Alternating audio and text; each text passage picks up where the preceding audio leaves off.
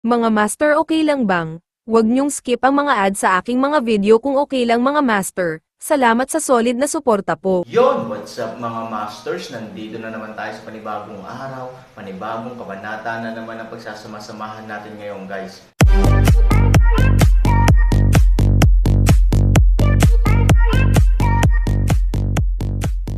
Bali mga masters, kung bago ka pa lang po sa aking YouTube channel, please click the subscribe button, lalong-lalo na po yung notification bell guys, para maging connected pa rin tayo sa isa't isa at maging updated kayo sa mga susunod ko pang video. Bali mga masters, bago natin umpisahan ng kwento ay mag-shoutout po muna tayo para sa mga solid nating tagapakinig. Okay, One Piece PH at shoutout kay Roel Sampaga. Yun na nga mga masters, no? Bali hindi na ito patagalin. In 3, 2, 1, let's go! Lalong nabigla ang may-ari ng Nayon at si Heifeng. Alam na alam nila na may kahulugan ang bawat salita ng mga salita ni Commander Leo. Kung sila iyon, hindi nila akalain na ang Han Sanchen ay magbibigay ng ganoong pagtatanggol sa Yetian City. Gayunpaman, sa maingat na pagsasaalang-alang, ito talaga ang pinakaposible at epektibong paraan. Ito ay katumbas ng pagtatayo ng mga pader ng lungsod sa ilang lungsod, kahit na ang kaaway ay pumasok sa lungsod, hindi sila makakapasok kaagad, ngunit papasok sa isang makitid na daanan na ganap na nabuo sa pamamagitan ng matataas na pader. Pagkatapos pumasok sa gayong daanan, ang mga tao sa itaas ng pader ng lungsod ay maaaring umatake mula sa isang napakataas na taas. At the same time, dahil masyadong makitid ang koridor, kung maraming kalaban, magsisiksikan sila sa loob, hindi banggitin ang iba pang paraan ng pag-atake. Ang paghagis lamang ng malaking bato ay hindi na makayanan ng mga tao sa ibaba ang epekto, at may mabibigat na nasawi. Ang gustong itayo ng Han Sanchen ay talagang gawing mas komplikado at multifaceted ang ganitong uri ng city wall lane. Sa ganitong paraan, hindi lamang mapipigilan ang kanilang opens iba, ngunit maaari din silang maubos sa maximum na lawak bago sila makarating sa Yetian City. Kung talagang ginawa ito ni Han Sanchen, malamang na sobrang nakakatakot.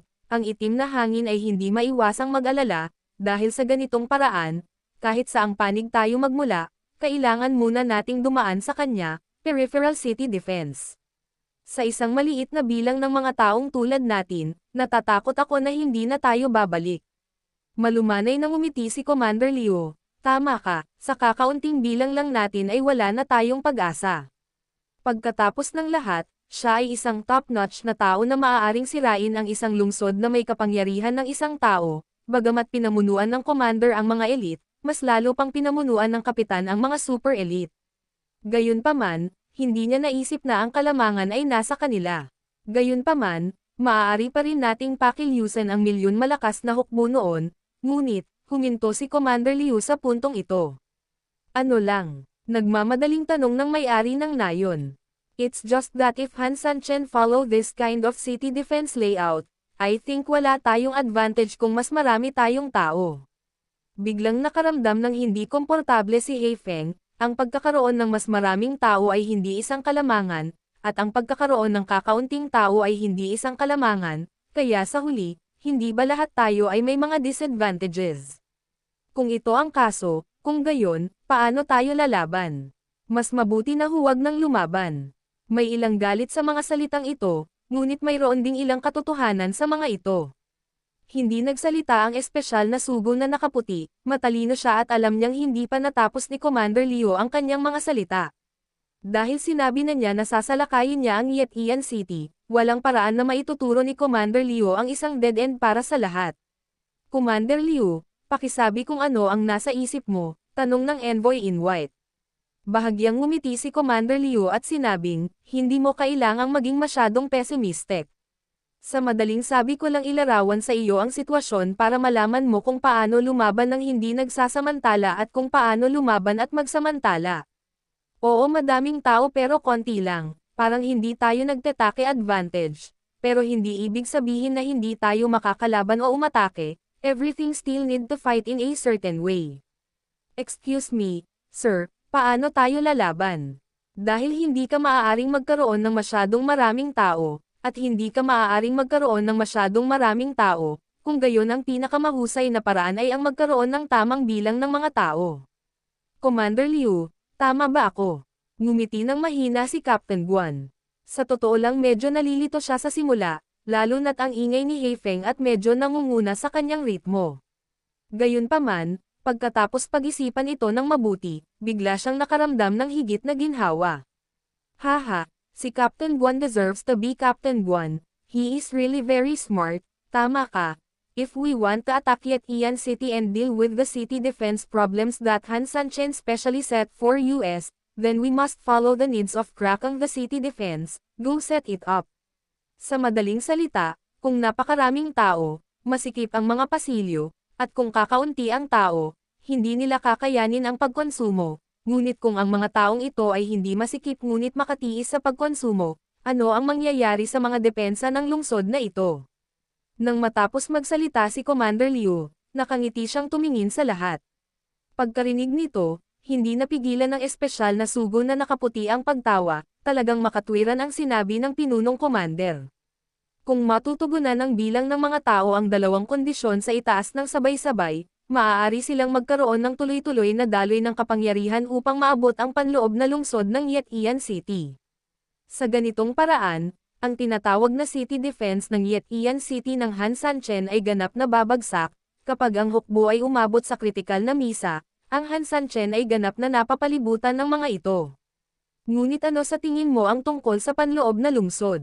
Tanong ni Commander Liu. Sinabi ni Heifeng, ang panloob na depensa ng lungsod ng Yetian ay palaging mahina, dahil ang mga pader ng Yetian na lungsod ay karaniwang napakasimple, at marami sa kanila ay gawa pa nga sa putik.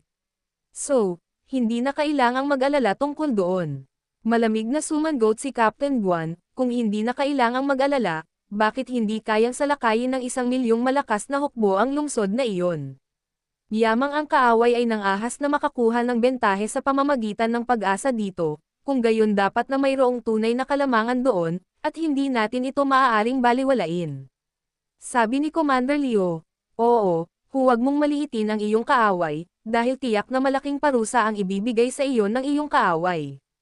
As for the inner city, I think Han Sanchen will definitely discover the disadvantages of city defense, kaya para sa kanya, tiyak na palalakasan niya ito at kasabay nito ay gagawing piraso ng bakal ang mga dating mahinang lugar.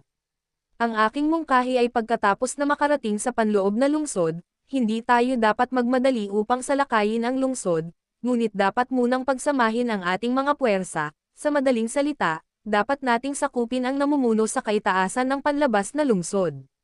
Ang may-ari ng nayon ay tumango, sumasang-ayon ako sa pamamaraang ito, tanging sa pamamagitan lamang ng pagkuha ng mga namumunong taas maaari nating ganap na maunawaan ang anyo, at pagkatapos lamang natin ganap na gawing ligtas ang lugar na ito. Pagkatapos nito, magsasagawa kami ng mga target na depensa. Kung ang panloob na lungsod ng Yetian City ay matatalo sa pinakamagandang sandali, maaari tayong manatili dito pansamantala kung hindi natin kaya. Upang ang panlabas na lungsod ay hindi manalo sa pinakamataas na punto at wala na tayong mapupuntahan. Tumango ang lahat, ang pamamaraang ito ng hakbang-hakbang na pag-atake, sakam sa bawat hakbang, at pag-abala sa atake ng kalaban ang talagang pinakaligtas at pinakamabisang paraan. I also agree with this method. Hindi natin alam kung gaano kahusay ang inner city defense ng Yetian City is currently built, pagdating ng panahon, we will have time to think about it slowly. Ang bagay na ito ay responsibilidad nating lahat, confident na sabi ni Captain Guan. Ang pag-agaw sa namumunong taas ay ang pinakamahusay na paraan upang sakupin ang isang posisyon, at sa ilang lawak, kahit na ang tanging paraan. Pagkatapos ay pakilyusan ko ang mga nakapaligid na tao sa lalong madaling panahon, sabi ng may-ari ng nayon. Sandali, pinigilan ni Kapitan Guan ang may-ari ng nayon. Nagmamadaling tumalikod ang may-ari ng nayon at buong paggalang na sinabi, Kapitan Guan, mayroon ka pa bang ibang utos? Kapag nag-iipon ng mga tropa, hayaan ang grupong ito ng mga tao na magtago at magtipon ng maingat hanggat maaari upang hindi matuklasan ng kalaban. Bagaman tiyak na magkakaroon ng peripheral city defenses ang Han Sanchen, kailangan pa rin nating umatake ayon sa kaukulang taktika, maintindihan. Sabi ni Captain Guan, naiintindihan ko, tiyak na hahayaan kong magtipon ang mga tropa ng lihim, at pagkatapos ay tahimik na i-deploy sila sa paligid ng Yetian City, naghihintay para sa iyong karagdagang pag-deploy. Nang matapos siyang magsalita, tumayo ang may-ari ng nayon at umalis. Tumingin si Captain Guan kay Commander Liu at sinabing, Commander Liu, pakibigay sa akin ang iyong mga tagubilin, seryosong sabi ni Commander Liu. Sa oras na iyon, ang ating dalawang tropa ay bubuo ng kaliwat kanang dibisyon para salakayin ang Yetian City bilang isang koponan. Oo, you have to remember that we have to learn the lessons from the last time, therefore, the troops cannot attack separately, we have to work together to reach a certain place. Tumanggo si Commander Liu. Ibig mong sabihin, lahat tayo ay parang sibat, isang puntos lang ang kinukuha mula sa kalaban. Milyon-milyong Daejeon ang magkatuwang na sumalakay sa Yetian City ngunit nauwi sa kabiguan, halatang may mga kapintasan dito, mula sa puntong ito ay hindi makatwiran. Pangalawa, mula sa ibang pananaw, Han Sanchen din kahit na nakaranas ng labanan na napapaligiran ng milyon-milyong tao, marami tayong karanasan. Sa makatuwid, kung gagamitin natin muli ang parehong pamamaraan, hindi ito magiging epektibo sa Hanchen. Naunawaan ni Commander Liu ang kahulugan, tumanggo, at sinabi, naiintindihan ko, pagdating ng panahon, ang aking mga tropa ay palaging sasamahan ang iyong mga tropa sa anyo ng mga pantulong na pag-atake. Nakatuon kami sa pangalawang pagkakasala. Napakabuti. Tumanggo si Captain Guan, sa oras na iyon, gagawa ang mga tropa ko ng ilang strategic arrangement, maari mo lang akong sundan at makibagay sa mga pagbabago anumang oras. Oo, bilang karagdagan, may isa pang pinakamahalagang punto, sabi ni Captain Guan. Guan Duzang, mangyaring magsalita ng direkta kung mayroon kang sasabihin. Although you and I don't belong to the same department, and the friendship between you and me is not necessarily that deep, since we are working together this time, I think we have to establish a kind of labor between us, unbreakable trust, only based on this, we can cooperate better. Siyempre, mauunawaan mo rin na sinadya kung I provoke tayo sa isang kamag-anak na depensa laban sa Han Sanchen. Tumanggo si Commander Liu, bagamat may hawak din akong mahalagang posisyon sa punong tanggapan at responsable ako sa napaka-core work, mas alam kong ang unit mo ang pinakamisteryosong unit sa ating kapangyarihan. Sa madaling salita, napakahiwaga mo, dapat ay italaga sa iyo ang isang trabaho na hindi magagawa ng sinuman sa atin, sa makatuwid, ito man ay orihinal na intensyon sa itaas o batay sa lakas, ikaw ay ganap na mananagot sa pamumuno sa labanang ito, kasama ako bilang iyong kinatawan, sinabi ni Commander Liu na hindi siya mapagpakumbaba o manloloko. Sa isang tiyak na lawak, si Commander Liu ay talagang napakahusay. Ang mga tao ay napakatalino, at sa parehong oras alam nila ang mga tamang bagay na dapat gawin, alam nila kung kailan dapat magsabi ng wala at kung kailan dapat magbitiw. Si Captain Guan ay lubos na nasisiyahan sa kanyang pagkakaiba at ngumiti ng mahina. Ang aking orihinal na intensyon ay hayaan ang Commander-in-Chief na si Liu ang ganap na mamuno, kasama ako bilang kanyang representante. Napakatalino ni Commander Liu na agad niyang naintindihan na halatang magalang ang kabilang partido. Mabilis niyang ikan-away ang kanyang kamay at sinabing, may kakayahan si Captain Guan, kaya bakit siya dapat maging mahinhin? Ang layunin natin ay harapin si Han Sanchen. So, as long as we achieve this goal, as for the process, I think it doesn't matter, di ba? Tumawa si Captain Guan at sinabing, okay, since that's all I have to say, wala na akong ibang sasabihin. I will lead this team. If we win, then natural the credit belongs to everyone who participated in the war. Panipi-panipi, if this fails, don't worry, I will bear all the responsibilities alone.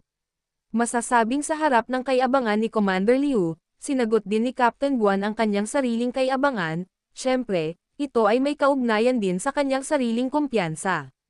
Ang taong mapipili upang sumailalim sa mahiwagang pagsasanay sa mahiwagang lugar na iyon ay orihinal na ganap na nangungunang talento sa iba't ibang larangan sa puwersang ito, hindi pa banggitin, ang taong ito ay siya ring ganap na kapitan ng grupong ito ng mga tao. Ang kakayahan ng taong iyon ay lampas sa salita. Sa makatuwid, ito ay napaka-normal para sa kanya na maging sobrang kumpiyansa. Siyempre, isa pang dahilan ay ang mga taong ito ay sumailalim sa malademonyong pagsasanay, na napakahirap, at maraming tao ang halos pakiramdam na sila ay namatay minsan sa proseso.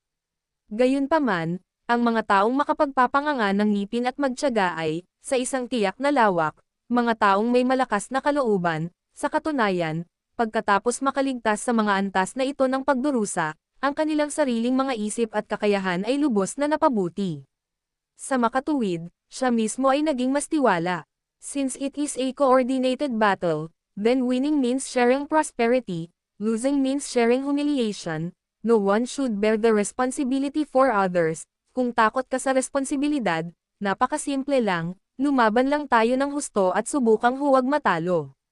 Ang pahayag ni Commander Liu ay nanalo ng pabor ni Kapitan Guan.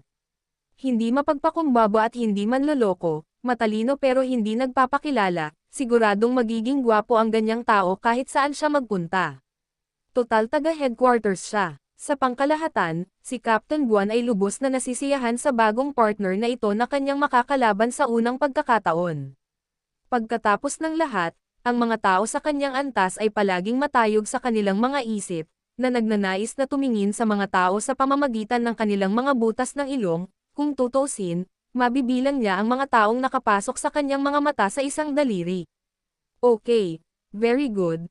I think what you said is very reasonable. Since we are not willing to take responsibility, then just don't let this responsibility arise. Napakalakas ni Han Sanchen, kaya ibaba natin siya.